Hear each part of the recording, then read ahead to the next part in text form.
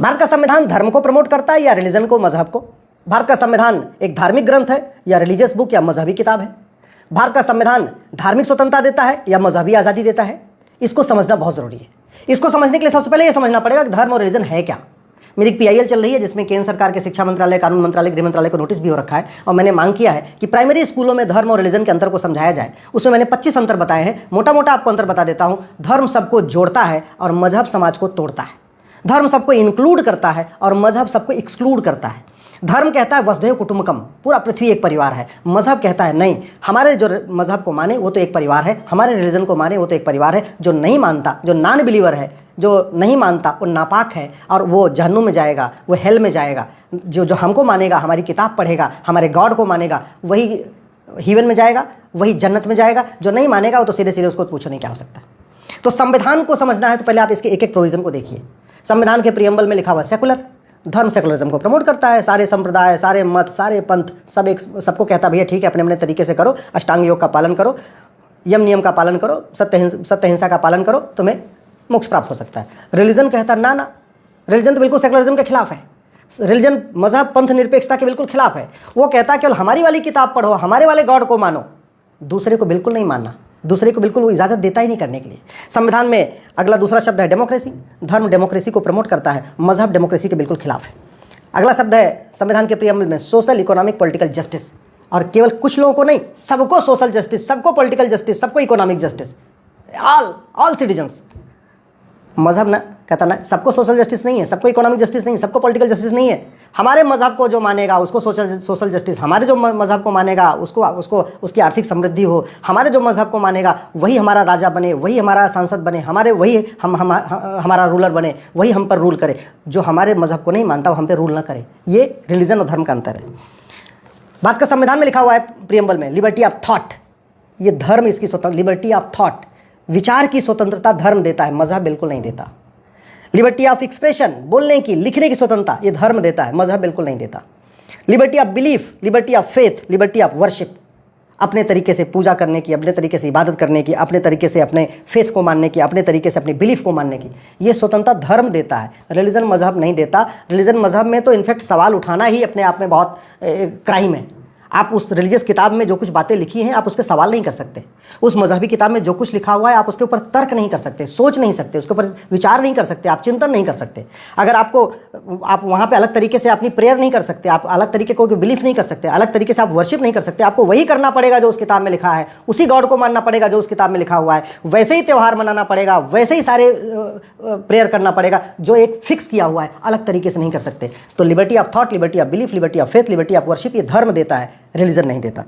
Equality, सब एक समान है, धर्म इसको मानता है, रिलीजन बिल्कुल नहीं मानता। रिलीजन कहता है जो हमारे रिलीजन को माने वो पाक, जो हमारे रिलीजन को न माने वो नापाक। फ्रेटर्निटी, धर्म यूनिवर्सल फ्रेटर्निटी की बात करता है, रिलीजन फ्रेटर्निटी एमंग रिलीजन की बात करता है, फ्रेटर्निटी एमंग मजहब की बात करता है। इसलिए एक तरफ वसुधैव कुटुंबकम है, दूसरी तरफ मुस्लिम ब्रदरहुड है, क्रिश्चियन ब्रदरहुड है। यूनिवर्सल फ्रेटर्निटी की बात नहीं है। यूनिटी, नेशनल इंटीग्रेशन, ये धार्मिक कॉन्सेप्ट है, मजहब इसकी आज़ादी नहीं था। Article 14 equality before law, equal protection of law, ये भी धार्मिक कॉन्सेप्ट है। आर्टिकल 15 जाति, भाषा, क्षेत्र, पंथ, मत, मजहब के आधार पर किसी से भेदभाव नहीं करना, ये धार्मिक कॉन्सेप्ट है। मजहब तो कहता है कि जो तुम्हारे मजहब को न माने उसके साथ भेदभाव करो, उसको परेशान करो, उसको टॉर्चर करो, उसको कन्वर्ट करके अपने रिलीजन में लाओ, अपने मजहब में ले आओ। आर्टिकल 16 धर्म कहता है सबको एक समान अवसर मिलना चाहिए। मजहब कहता है, रिलीजन कहता है एक समान अवसर मिलना चाहिए, लेकिन किसको? जो उस रिलीजन को मानता है, जो उस रिलीजन को नहीं मानता, जो नॉन बिलीवर है, जो नापाक है, उसको एक समान अवसर नहीं मिलना चाहिए। आर्टिकल 17 अनटचेबिलिटी, छुआछूत, धर्म कहता है जाति, भाषा, पंथ, क्षेत्र, मत, मजहब के आधार पर किसी से कोई छुआछूत नहीं होना चाहिए। ये आर्टिकल 17 कहता है। मजहब छुआछूत कर सकते हैं, जो हमारे रिलीजन को माने वो ठीक, जो हमको नहीं मानते उसके साथ छुआछूत कर सकते हैं। ये डिफरेंस है। तो एक तरीके से आप देखिए जितने संविधान के प्रावधान हैं ये सब वही है जो धर्म जिसको प्रमोट कर रहा है। मत, जो पंथ जो बात करता है वो संविधान में नहीं लिखा हुआ है। Article 19 freedom of speech, freedom of expression. आप रामायण के ऊपर खूब तर्क कर सकते हैं, महाभारत के ऊपर खूब तर्क कर सकते हैं, ढोल गवार शूद्र पसवारी वाली चौपाई पे तो रोज होता ही रहता है। ऐसे ही बहुत सारे और भी श्लोक हैं, रोज चौपाई होती रहती है। मनुस्मृति को तो खुल के जलाया भी जाता है, पन्ना भी फाड़ा जाता है। वैसे दुनिया का सबसे पहला कोडिफाइड लॉ मनुस्मृति है। तो आप चारों वेद के ऊपर तर्क कर सकते हैं, 18 पुराणों के ऊपर शास्त्रार्थ कर सकते हैं, मनुस्मृति के ऊपर तर्क कर सकते हैं, शास्त्रार्थ कर सकते हैं, भगवत गीता रामायण के ऊपर तर्क कर सकते हैं, शास्त्रार्थ कर सकते हैं, लेकिन रिलीजियस बुक्स के ऊपर, मजहबी किताबों के ऊपर आप तर्क नहीं कर सकते। अगर आपने तर्क किया, शास्त्रार्थ किया, तो हमला भी हो सकता है, गला भी काटा जा सकता है। ये अंतर है धर्म और रिलीजन में। तो धर्म आपको फ्रीडम ऑफ स्पीच देता है, फ्रीडम ऑफ एक्सप्रेशन देता है, लिखने पढ़ने सोचने बोलने की आज़ादी देता है, तर्क करने की आज़ादी देता है। मत मजहब इसका नहीं देता। ये बात हमारे माननीय जजों को समझना चाहिए, हमारे सांसदों विधायकों को समझना है, क्योंकि संविधान के उन्होंने शपथ लिया है। उनको समझ में आना चाहिए कि भारत का संविधान एक धार्मिक ग्रंथ है, मजहबी किताब नहीं है। ये धर्म को प्रमोट करता है, मजहब को प्रमोट नहीं करता। आर्टिकल 20 कहता है बिना अपराध के आप किसी को दंड नहीं दे सकते, और एक अपराध में एक ही बार सजा मिलेगी, और अपराध वही माना जाएगा जो लिखा हुआ है। मत और जो है रिलीजन जो है, वो जो मजहब है, वो कहता है जो रिलीजन को नहीं मानता, जो हमारे मजहब को नहीं मानता, उसको दंड दिया जा सकता है, उसकी हत्या भी की जा सकती है, उसका घर जलाया जा सकता है, उसका घर लूटा जा सकता है। पाकिस्तान, अफगानिस्तान, बांग्लादेश में हो क्या रहा है? यही तो हो रहा है ना, कि जो नहीं मानते उनका घर लूट लो, हत्या करो, बलात्कार करो। भारत में भी जो प्रपंच दुनिया भर का चल रहा है, कैसे चल रहा है? ऐसे तो चल रहा है। तो ये अंतर है धर्म और रिलीजन का। Article 21 right to life, right to liberty, right to dignity, ये संविधान कहता है, यही धर्म कहता है। सबको अपने जीवन का अधिकार है, सबको सम्मान के साथ जीने का अधिकार है, सबको लिबर्टी है। मत पंथ मजहब कहता है नहीं, जो हमारे रिलीजन को मारे, जो हमारे मजहब को माने, उसको तो जीने का अधिकार है, उसका तो सम्मान है। जो नहीं मानता उसको अपमान करो, उसको गला भी काटो, उसको ख़त्म करो, उसको समझाओ बुझाओ, उसको कन्वर्ट करके लाओ। ये है धर्म और पंथ का अंतर और रिलीजन का अंतर। आर्टिकल 22 ये भी एक धार्मिक कॉन्सेप्ट है। आर्टिकल 23 ये भी एक धार्मिक कॉन्सेप्ट है। आर्टिकल 25 में भारत का संविधान पंथ की, रिलीजन की, मजहब की आज़ादी देता है, लेकिन बहुत पार्शियल देता है। जितने भी अभी तक फ्रीडम आपके फंडामेंटल राइट थे, आर्टिकल 14 से लेकर आर्टिकल 24 तक, किसी में subject to order, subject to public order, subject to health, subject to morality की लिमिटेशन नहीं लगाई है। आर्टिकल 25 में एक्सप्रेस लिमिटेशन लगाई है, subject to public order, health and morality.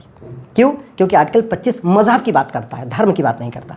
Article 26 मजहब की बात करता है, रिलीजन की बात करता है, इसलिए यहाँ पे भी लिमिटेशन लगाई। भारत के संविधान में जो फंडामेंटल राइट है आर्टिकल 14 से लेकर आर्टिकल 30 तक, अगर आप उसको ध्यान से पढ़िए तो subject to public order, health and morality, ये जो लिमिटेशन है, ये केवल और केवल आर्टिकल 25 और 26 पे लगाई गई। क्यों? क्योंकि आर्टिकल 25 और 26 ही है जो मजहब की आज़ादी देता है, और इसलिए इसको लिमिट कर दिया गया।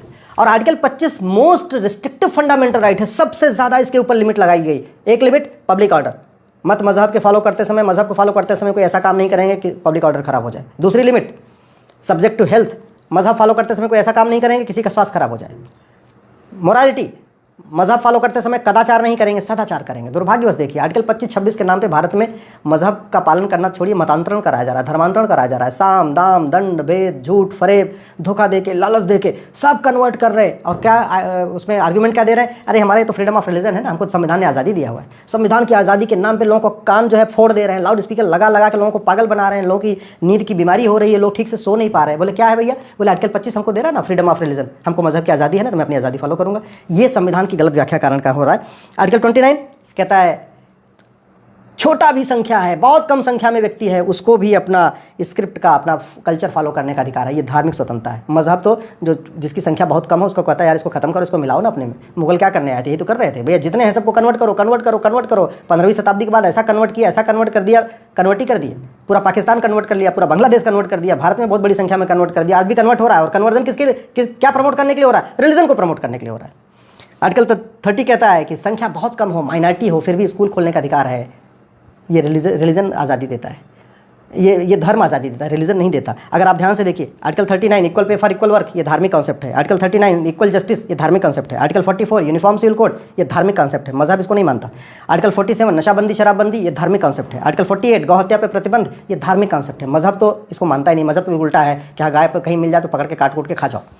आर्टिकल 29 सारी धरोहरों को हमें संरक्षण करना है, धार्मिक कॉन्सेप्ट है। आर्टिकल 50 सेपरेशन ऑफ जुडिशरी, ये धार्मिक कॉन्सेप्ट है। आर्टिकल 51 इंटरनेशनल पीस, पूरी दुनिया में शांति रहे, ये धार्मिक कॉन्सेप्ट है। नहीं तो पूरी दुनिया में आप देख लीजिए रिलीजियस वॉर चल रहा है, मार रहे हैं, काट रहे हैं, और रिलीजन के आधार पर लड़ रहे हैं। दुनिया भर का आतंकवादी संगठन बन चुके हैं, ईरान इराक आपस में लड़ रहे हैं। क्यों लड़ रहे हैं? रिलीजियस बेसिस पे।